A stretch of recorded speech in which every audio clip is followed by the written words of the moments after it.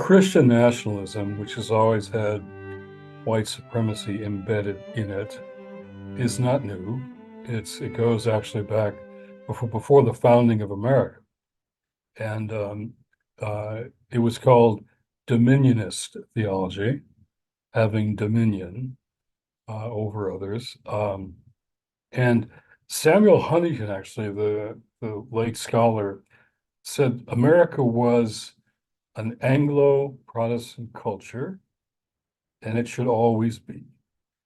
So now the new fiery proponents want it to stay that by any means necessary. But the name white Christian nationalism spells the problem. First of all, you've got the most inclusive, welcoming, inviting message in the history of the world, and it's implied to be white or mostly for white or preferentially for white people.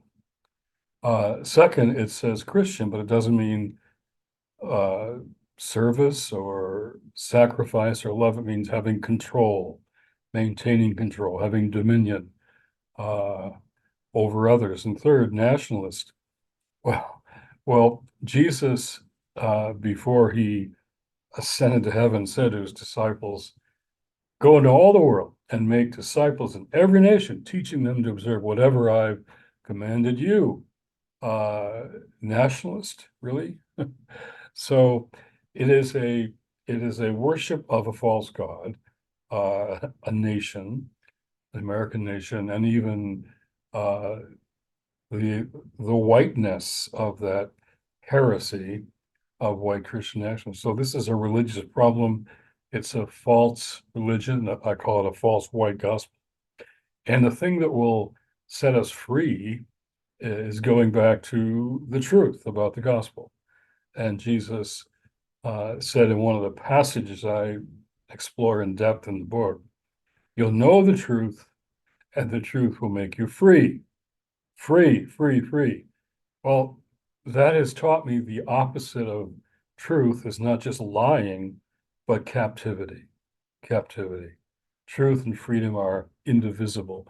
So a lot of people out there, a lot of bad people, you might say, angry, hostile, violent people, but a lot of good people are captive to these images of Christian nationalism or white Christian nationalism. They may not even know the words or the terms, but they're captive to an old notion of who this country is for.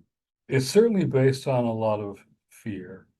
The trajectory of our politics now on the right is fear leading to hate, leading to violence, with more people than we've known a long time, even ready for violence if necessary to enforce their way. Um, and it's also based upon not accepting who our neighbor is as defined by Jesus. I mean, I in the book explore the Good Samaritan parable. And the first thing to say about that is that the Judean audience that Jesus was speaking to didn't think there were any good Samaritans. They're mixed race, half-breeds, they were called. They were othered, just like so many are othered today. They were dangerous. They were false worshipers. Stay away from them.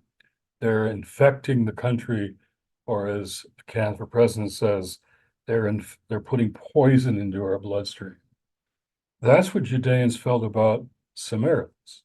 So this is a scene that's quite extraordinary. Here's all the scholars say it was a Jewish man laying by the side of the road, half beaten, robbed, maybe half dead, and two Jewish leaders pass him by for whatever reasons, too busy, too afraid, won't take the risk.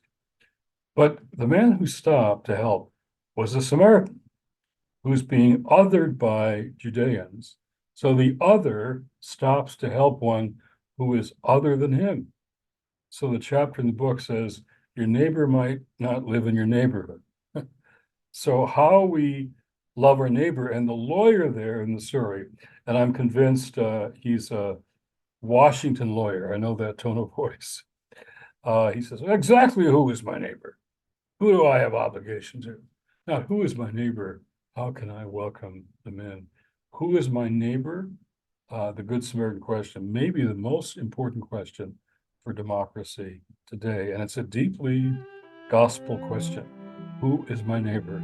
And how do I love my neighbor to show that I have love for God?